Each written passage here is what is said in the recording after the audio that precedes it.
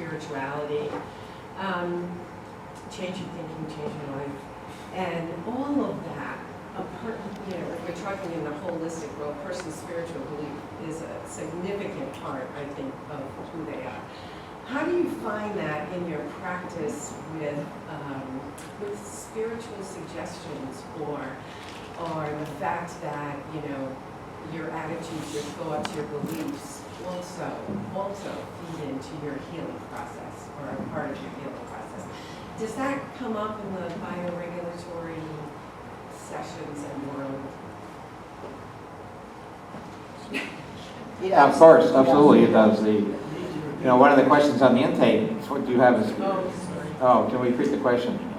The question was, you know, does the whole idea of spirituality, mental, emotional, how that has an impact on physical presentation that the patient comes in with?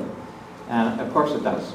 In fact, on our intake form, one of the questions is, do you have a spiritual practice? So I personally don't really care what it is, just as long as you have one. So, you know, it's not about, you know, it has to be Christian, or it has to be Muhammad, or it has to be Buddha, or whatever it is, just as long as you have something. Because in my clinical experience, especially with people who are about to transition, those people who do not have a spiritual practice or spiritual belief have a very difficult time transitioning. They're in a lot of discomfort. It's a very difficult process. For somebody who has a spiritual practice, the transition is a natural thing because they know where they're going. Those without a spiritual belief think that they're falling into the abyss, and it's like, what is there? What's on the other side of that table?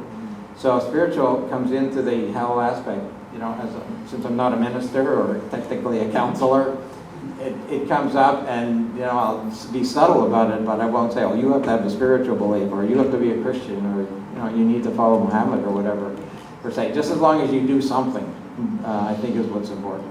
And I don't think spiritual needs to be religious.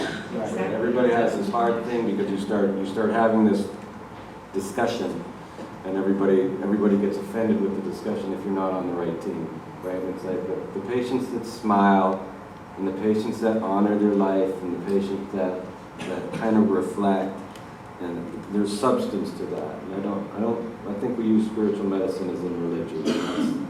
They're two very different things. You can be on a great spiritual path and not have anything to do with a denominational religion. Correct.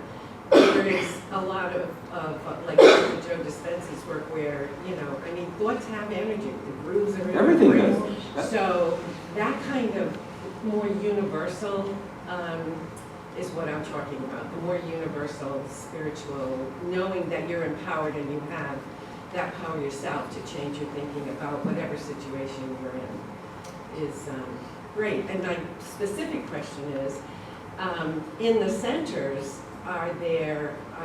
is anything offered around that? Laughter. Not denomination. Laughter all the time. Yeah, very powerful. I have a good day every day. So if you're not having a good day, it's your fault. Because I'm going to have a good day. I'm going to have fun. The staff is going to have fun, and I think that's the most. Hospitals are depressing places to go to. You know, like schools now are depressing places to go to. There's when you're trying to get better, you don't need somebody telling you you're sick all the time, and you don't need to be like you're supposed to not go towards danger. You know, when we put a bunch of people in hospitals and it's a pity party and there's nothing good about it. I mean, that's really a hard environment to get anything done. And so, you know, I know that like I said, at our clinics, I mean, it's supposed to be work, but it's supposed to be interesting. It's all about you. There's very few times in your life that you get to be all about yourself. And when you're at the clinic, it really is all about you, but it's a journey and it's supposed to be fun. We're just about right at the end, but I want to do a little due diligence for the people that did pass up letters, questions. So I had a couple of questions just about hormone testing. Can you just address that really in like 2 minutes, Hennie? Hormone testing?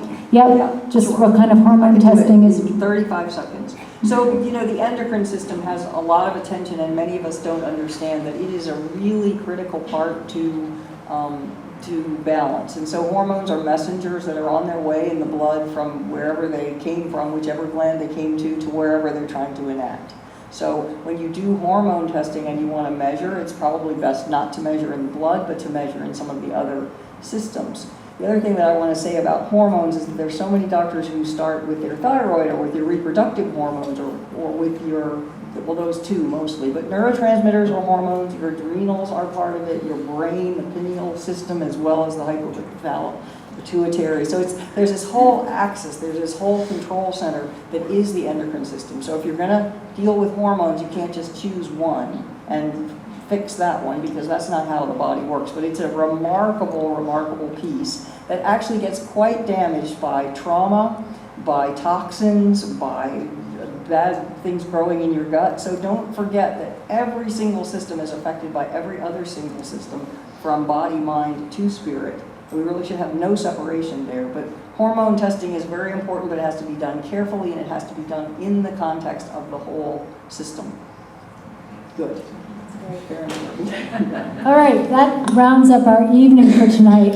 The doctors will be here a little bit longer. If you want to come up and ask a specific question, you're welcome to do that. But thank you all for joining us.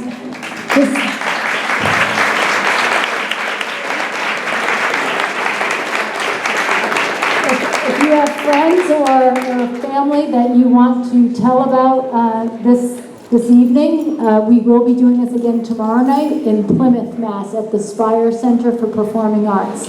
Same time, 6 to 8. Thank you all.